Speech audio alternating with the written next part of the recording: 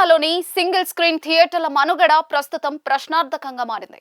పెరుగుతున్న నిర్వహణ ఖర్చులు, తగ్గుతున్న ప్రేక్షకుల ఆదరణ కారణంగా రాష్ట్ర వ్యాప్తంగా ఉన్న సింగిల్ స్క్రీన్ థియేటర్ల యజమానులు సంచలన నిర్ణయం తీసుకున్నారు. మే 1 నుంచి థియేటర్లలో సినిమా ప్రదర్శనలను నిలిపివేస్తామని హెచ్చరించారు. ఈ మేరకు తెలంగాణ రాష్ట్ర ఫిల్మ్ ఛాంబర్ ఆఫ్ కామర్స్ కీలక ప్రకటన చేసింది.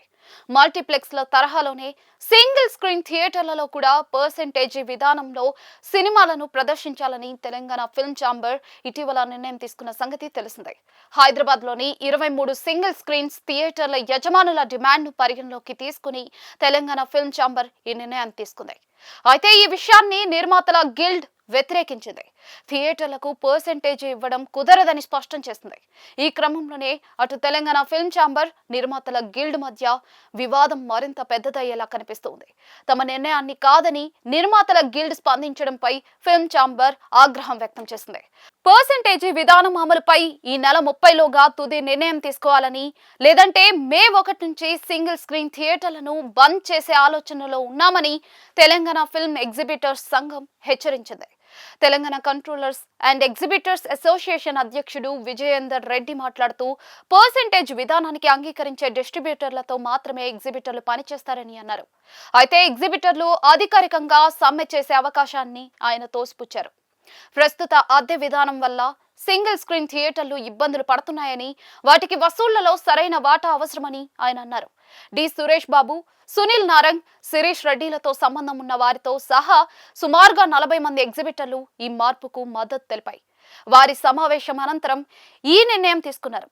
ప్రతిపాదిత నమూనా ప్రకారం అయితే పంపిణీదారులు, నిర్మాతలు మొదటి వారంలో 60%, రెండవ వారంలో 50%, మూడవ వారంలో 40% ఆదాయాన్ని పొందుతూ ఉండగా మిగిలిన మొత్తాన్ని ఎగ్జిబిటర్లు ఉంచుకుంటారు.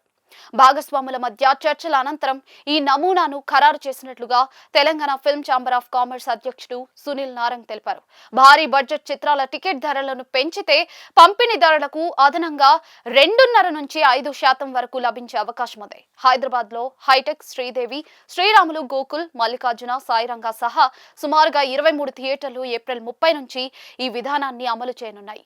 అద్దె విధానానికి అనుకూలంగా ఉన్న యాక్టివ్ ప్రొడ్యూసర్స్ గిల్డ్ సభ్యుల నుంచి ఈ ప్రతిపాదనకు వ్యతిరేకత ఎదురైంది.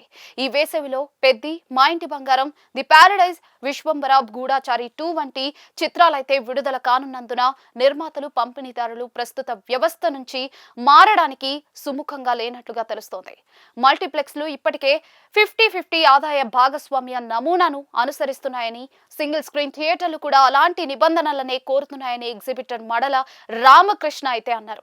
పెరుగుతున్న నిర్వహణ ఖర్చులు, తక్కువ వసూళ్లను కారణంగా చూపుతూ ప్రస్తుత వ్యవస్థ ఆర్థికంగా నిలకడలేనిదని ఎగ్జిబిటర్లు పేర్కొన్నారు.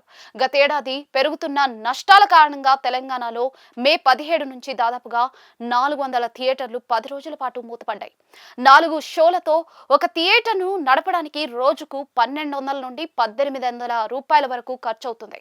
కానీ వారు కేవలం 3000 నుండి 4000 మాత్రమే వసూలు చేయగలుగుతున్నారు అని ఒక ఎగ్జిబిటర్ అన్నారు.